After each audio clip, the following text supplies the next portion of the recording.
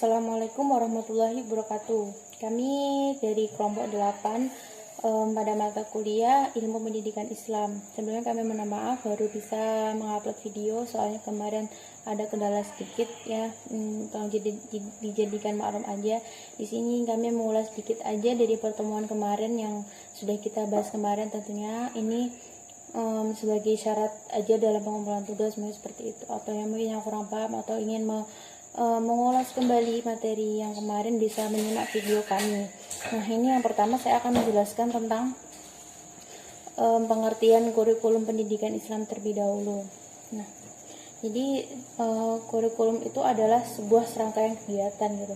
Di sana itu ada sebuah susunan yang sudah direncanakan sebelumnya, entah sebuah kegiatan, entah sebuah metode, entah sebuah pembelajaran ilmu pengetahuan materi tentang apa aja itu, pokoknya kurikulumnya untuk proporsi untuk disediakan untuk anak didiknya seperti itu, untuk siswa.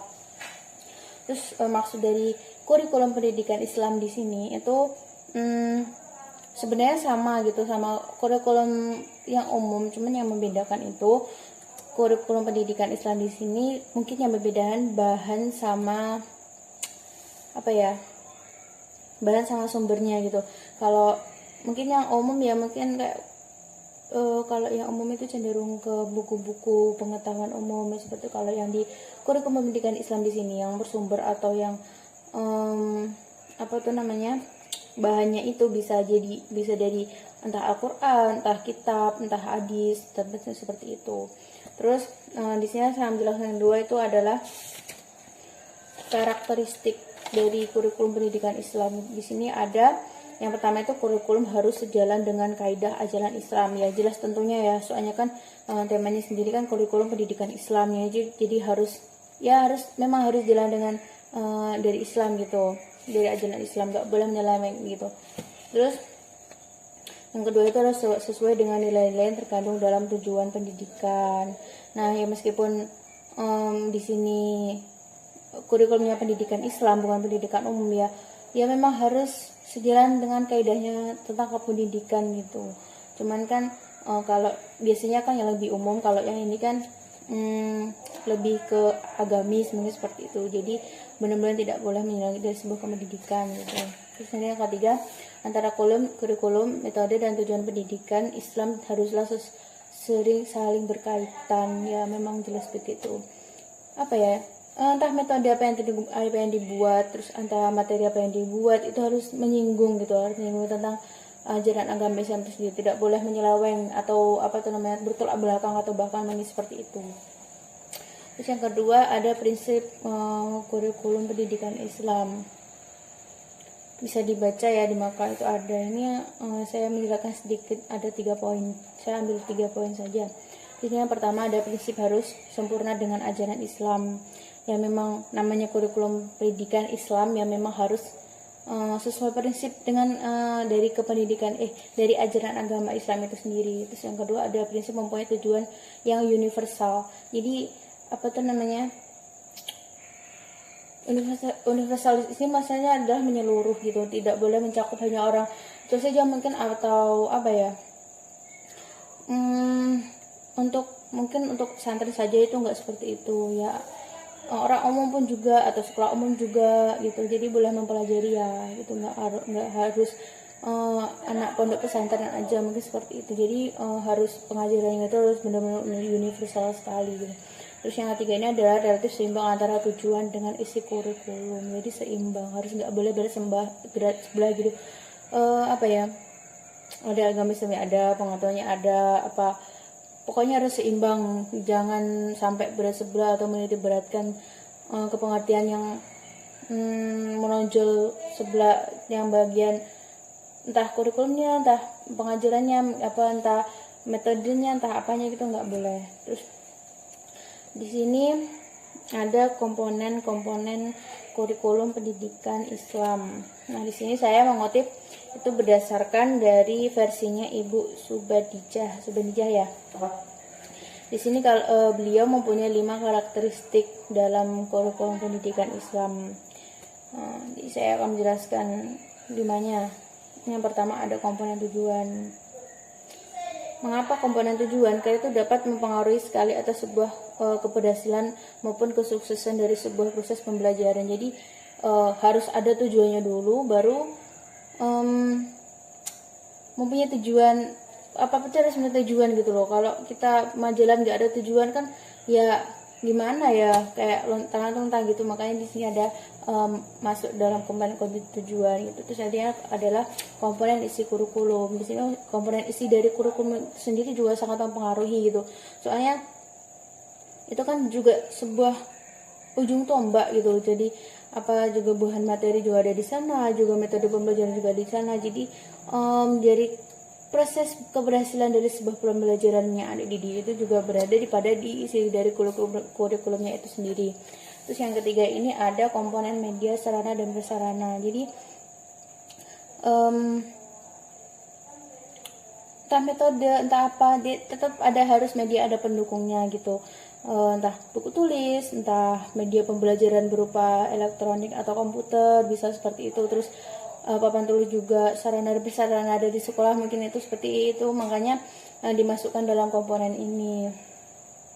Jadi semua itu saling berkesinambungan, jadi saling menguntungkan gitu. Jadi benar ada faktor pendukung, ada ya faktor pendorongnya gitu seperti itu. Terus yang keempat ada faktor strateginya. Kita sebagai pendidik, calon pendidik, maksudnya tuh harus pintar-pintar dalam mengatur strategi lah istilahnya, seperti itu. Strategi itu dapat berupa metode pembelajaran yang kita buat nanti seperti apa, biar pembelajaran atau materi yang kita buat nanti bisa jelas diterima oleh oleh si peserta didik, misalkan mungkin seperti itu. Pokoknya pintar-pintarnya kita aja memilih metode agar mereka paham, mereka mengerti gitu loh. Jadi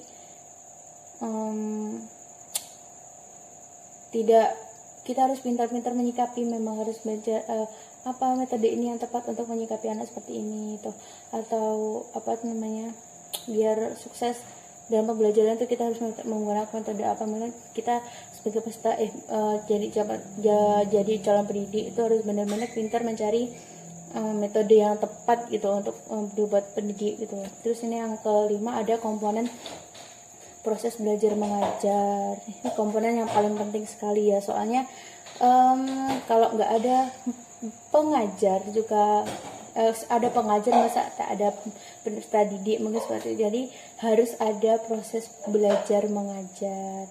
Jadi guru mengajar, anak yang diajar gitu. Jadi saling berurutan lah seperti itu. Jadi disinilah itu komponen yang paling penting. Jadi ada proses belajar, ada yang mengajar gitu, ada guru, ada murid. Jadi seperti itu. Itu yang sedikit saya sampaikan. Selanjutnya bisa dijelaskan oleh rekan saya. Terima kasih dan mohon maaf. Terus antara materi apa yang dibuat itu harus menyinggung gitu, harus menyinggung tentang ajaran agama Islam itu sendiri. Tidak boleh menyeleweng atau bertolak belakang atau bahkan seperti itu. Terus yang kedua ada prinsip kurikulum pendidikan Islam. Bisa dibaca ya di makalah itu ada. Ini saya menjelaskan sedikit, ada 3 poin. Saya ambil 3 poin saja. Ini yang pertama ada prinsip harus sempurna dengan ajaran Islam. Ya memang namanya kurikulum pendidikan Islam ya memang harus sesuai prinsip dengan dari dari ajaran agama Islam itu sendiri. Terus yang kedua ada prinsip mempunyai tujuan yang universal. Jadi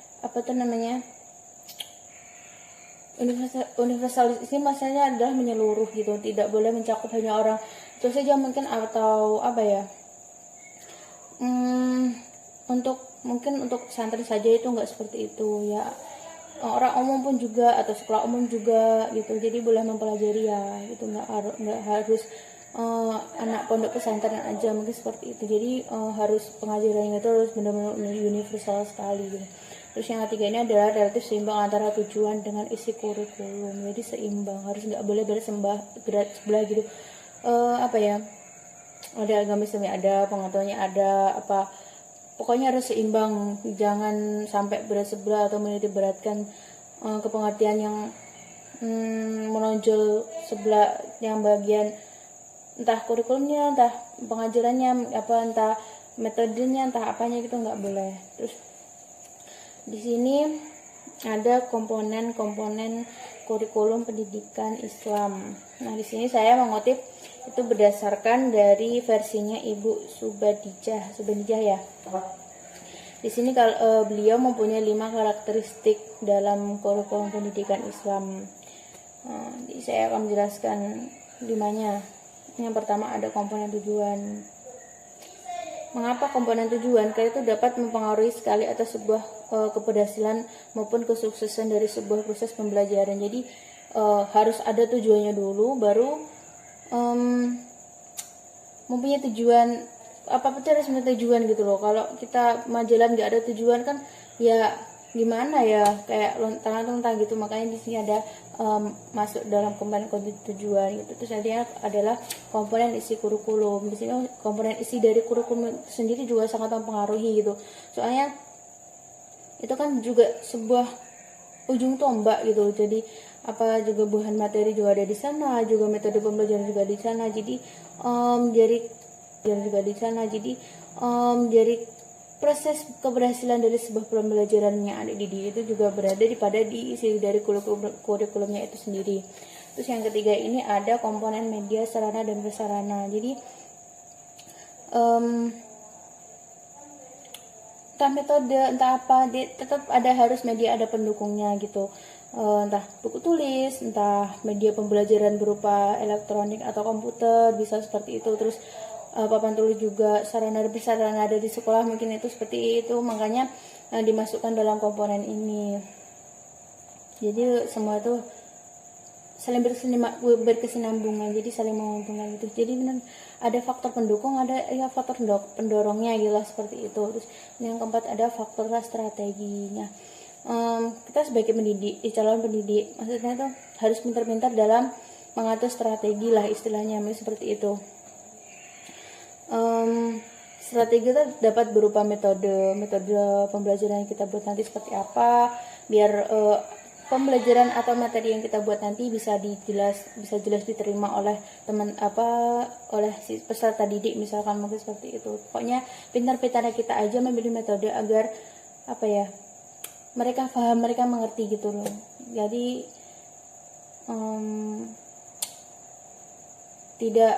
kita harus pintar-pintar menyikapi, memang harus belajar apa metode ini yang tepat untuk menyikapi anak seperti ini atau biar sukses dalam pembelajaran itu kita harus menggunakan metode apa. Mungkin kita sebagai peserta jadi calon pendidik itu harus benar-benar pintar mencari metode yang tepat gitu untuk dibuat pendidik gitu. Terus ini yang kelima ada komponen proses belajar mengajar. Ini komponen yang paling penting sekali ya, soalnya kalau nggak ada pengajar juga ada pengajar masa tak ada peserta didik, mungkin seperti itu. Jadi harus ada proses belajar mengajar.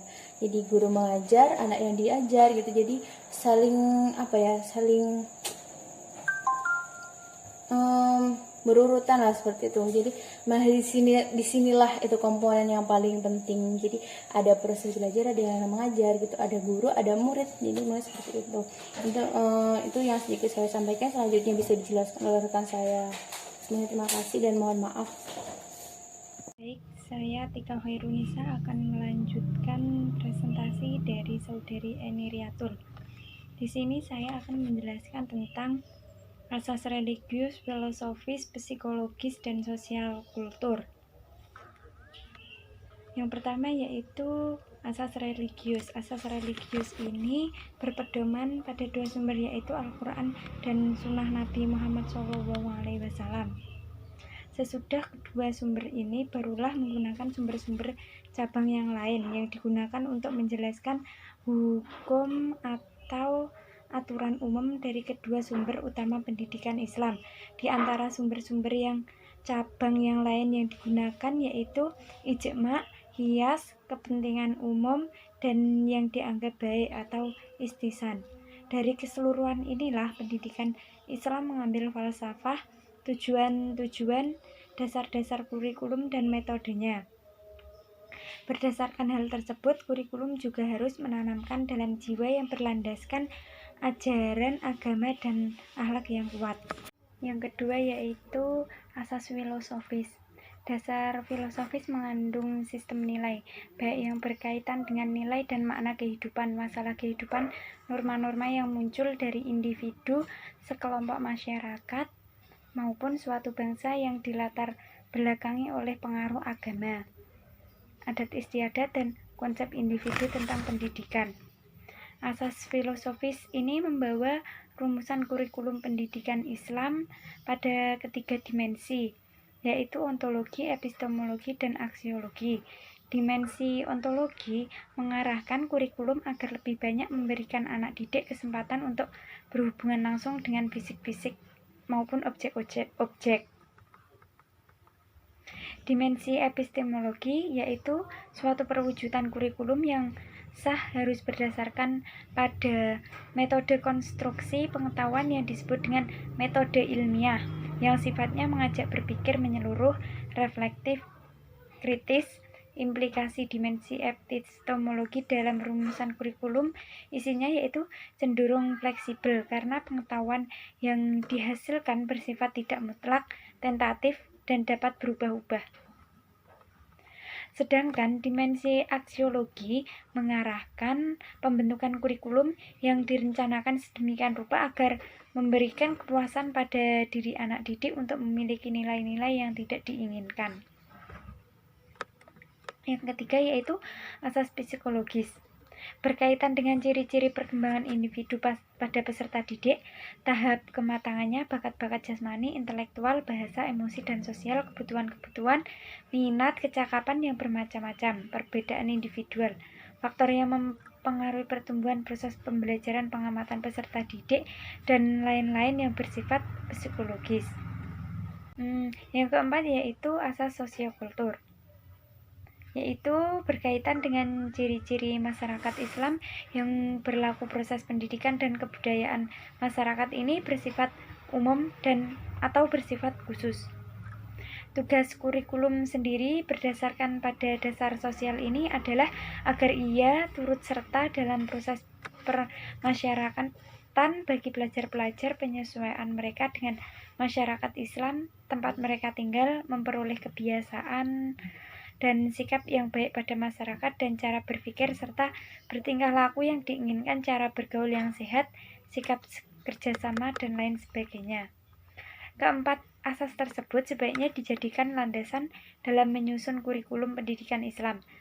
Keempat asas tersebut bukan merupakan asas yang berdiri sendiri, melainkan saling berkaitan satu dengan lainnya dan merupakan satu kesatuan yang utuh dari asas-asas yang lain, sehingga membentuk kurikulum yang Islam yang terpadu. Selanjutnya yaitu pendekatan dalam pengembangan kurikulum pendidikan Islam. Dibagi menjadi 4. Yang pertama yaitu pendekatan subjek akademik atau bidang studi. Pendekatan ini menggunakan bidang studi atau mata pelajaran sebagai dasar organisasi kurikulum. Prioritas pendidikan ini adalah mengutamakan sifat perencanaan program dan juga mengutamakan penguasaan bahkan dan proses dalam disiplin ilmu tertentu. Pendekatan ini adalah pendekatan yang tertua. Sejak sekolah yang pertama berdiri, kurikulumnya mirip dengan tipe ini. Pendekatan subjek akademik dalam menyusun kurikulum atau program pendidikan didasarkan pada sistemasi disiplin ilmu masing-masing. Yang kedua yaitu pendekatan humanistik. Kurikulum pendekatan humanistik ini berpusat pada siswa atau peserta didik, student center, dan mengutamakan perkembangan afektif peserta didik sebagai persyaratan dan sebagai bagian integral dari proses belajar. Para pendidik humanistik meyakini bahwa kesejahteraan mental dan emosional peserta didik harus dipandang sentral dalam kurikulum agar proses belajar memberikan hasil yang maksimal. Yang ketiga yaitu pendekatan teknologis. Pendekatan teknologis merupakan upaya menyiapkan peserta didik untuk menghadapi masa depan perubahan masyarakat yang semakin pesat yang akibat dari perkembangan iptek secara modern ini. Oleh karena itu, pengembangan kurikulum pendidikan harus menggunakan pendekatan iptek yang secara perkembangan zaman agar tidak mengalami ketertinggalan. Yang keempat yaitu pendekatan rekonstruksional. Pendekatan ini disebut juga dengan pendekatan rekonstruksi sosial karena memfokuskan kurikulum pada masalah penting yang dihadapi masyarakat, seperti polusi, ledakan penduduk, malapetaka akibat tujuan teknologi, dan lain-lain. Dalam gerakan ini terdapat dua kelompok yang sangat berbeda pandangannya terhadap kurikulum, yaitu yang pertama, rekonstruksionalisme konservatif. Pendekatan ini menganjurkan agar pendidikan ditujukan pada peningkatan mutu kehidupan individu maupun masyarakat dengan mencari penyelesaian masalah-masalah yang paling mendesak yang dihadapi masyarakat. Yang kedua yaitu rekonstruksional radikal. Golongan radikal ini berpendapat bahwa kurikulum yang sedang mencari pemecahan masalah sosial ini tidak memadai. Kelompok ini ingin menggunakan pendidikan untuk merombak tata sosial dan lembaga sosial yang ada dan membangun struktur sosial yang baru. Presentasi tentang pengembangan kurikulum. Yang pertama, kurikulum dapat diartikan sebagai sistem yang ada pada lembaga pendidikan, atau bisa diartikan dengan alat untuk mencapai pendidikan. Dalam kurikulum harus ada pengembangan kurikulum, harus ada perubahan. Tujuan dari perubahan tersebut adalah menciptakan pendidikan yang efektif dan tidak memberatkan guru maupun murid. Baiklah, di sini saya akan menerangkan tentang untuk pengembangan kurikulum pendidikan Islam. Dalam mengembangkan kurikulum yang harus diperhatikan, yang pertama yaitu harus berpusat kepada peserta didik. Harus memperhatikan tentang kebutuhan dan kepentingan peserta didik tersebut, termasuk juga lingkungannya, masyarakatnya juga harus diperhatikan dalam mengembangkan kurikulum tersebut, dan sesuai dengan potensi peserta tersebut. Yang kedua, harus beragam dan terpadu. Dalam mengembangkan kurikulum harus memperhatikan tentang karakteristik siswa tersebut, kondisi siswanya, jenjang pendidikan siswanya, dan jenis pendidikan siswanya tersebut. Dalam kurikulum itu terdapat substansi, yaitu muatan wajib, muatan lokal. Pasti itu ada dari kurikulum. Yang ketiga, harus memperhatikan perkembangan ilmu. Dalam pengembangan kurikulum, di sini ada perkembangan ilmu. Ilmu yang dimaksud adalah ilmu teknologi, ilmu pengetahuan, dan seni kebudayaan. Yang keempat, harus relevan dengan kehidupan. Relevan dengan kehidupan yaitu bagaimana kurikulum ini bisa menciptakan kesolehan sosial kepada masyarakat. Jadi tidak hanya kesolehan pribadi yang diajarkan dalam sekolahan itu, tapi harus ada kesolehan sosial untuk masyarakat, karena kita juga akan hidup di masyarakat, bukan hidup di sekolah terus. Yang kelima, ada berkesinambungan dan menyeluruh. Tujuan dari adanya pengembangan kurikulum ini adalah mengkorelasikan kepada jenjang pendidikan di seluruh pendidikan yang ada di Indonesia khususnya. Selanjutnya yang keenam, ada belajar sampai hayat. Belajar sampai hayat di sini yaitu bagaimana kita harus mengerti proses pengembangan kurikulum, terus pembudayaan daerah itu harus ada dalam kurikulum tersebut, supaya murid dan guru itu tidak melupakan budaya-budaya yang ada di daerah tersebut. Dan murid dengan guru harus harus tahu bahwa orang yang belajar itu sampai hayatnya tetap belajar, tidak bisa merasa puas dengan ilmu yang sudah dimiliki, tetap harus belajar. Yang ketujuh ada harus seimbang. Harus seimbang ini artinya harus seimbang dengan kepentingan nasional dan kepentingan masyarakat. Itu harus ada keseimbangan agar tidak terjadi yang tidak diinginkan kepada masyarakat. Selanjutnya yaitu ada hidden curriculum. Pengertian hidden curriculum. Hidden itu dari bahasa Inggris yang artinya hide, yang artinya itu tersembunyi. Sedangkan kurikulum dari bahasa Yunani yang artinya kurere atau tempat berpacu. Ini dinisbatkan kepada salah satu atlet dari Yunani yang mengikuti lomba lari. Kurikulum dari bahasa Yunani ini kemudian masuk ke pendidikan menjadi kurikulum yang artinya sama, tujuannya itu mencapai garis finish.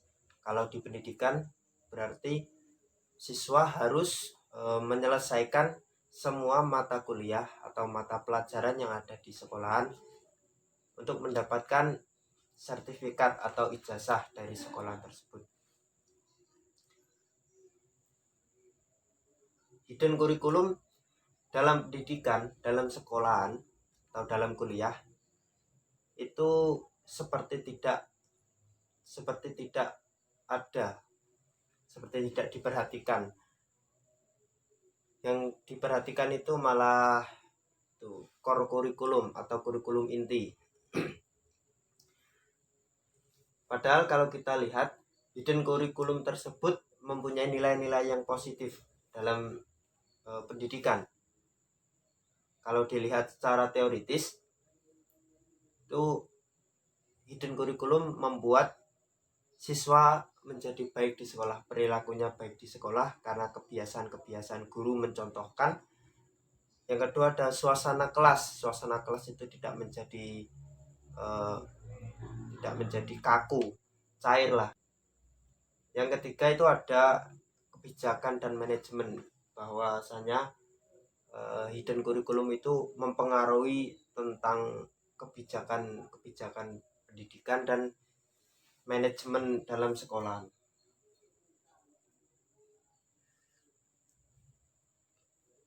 Selanjutnya yaitu ada manfaat hidden kurikulum dalam pendidikan Islam. Yang pertama, dapat membentuk pembiasaan diri terhadap peserta didik. Jadi apapun yang dilakukan guru itu menjadi contoh bagi muridnya. Ada pepatah itu, guru digugulan ditiru. Berarti semua perilaku, semua perkataan, semua perbuatan guru itu menjadi contoh bagi murid-muridnya. Jadi sebagai guru kita harus berperilaku sebaik mungkin agar tujuan pendidikan itu tercapai dengan baik.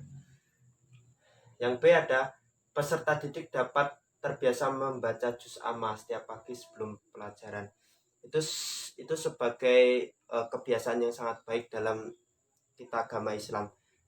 Sebelum kita memulai pelajaran, kita membaca juz amma atau juz 30 itu, atau membaca doa-doa lain. Itu sangat baik kepada siswa untuk membentuk moral yang baik kepada siswa.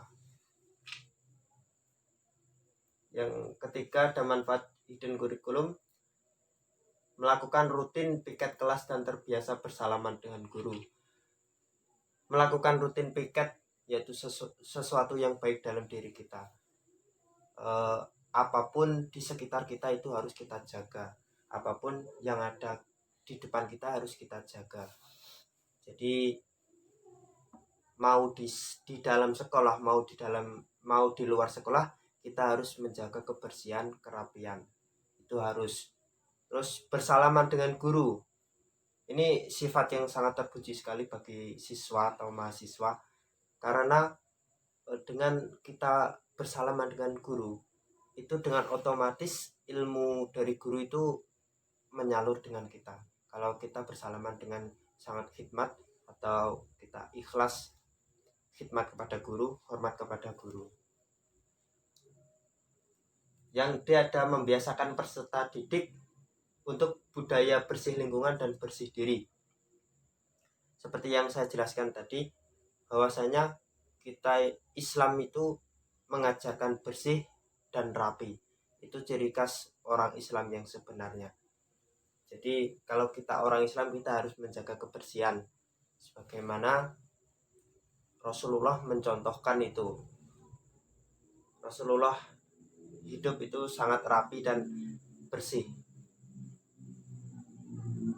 Yang ada sopan santun, kepekaan sosial sesama teman di dalam sekolah. Baiklah, sekian presentasi dari saya. Semoga apa yang kita pelajari pada hari ini bisa bermanfaat kepada siapapun, khususnya kepada kita sendiri, kepada masyarakat, kepada bangsa dan negara. Sekian dari kelompok kami.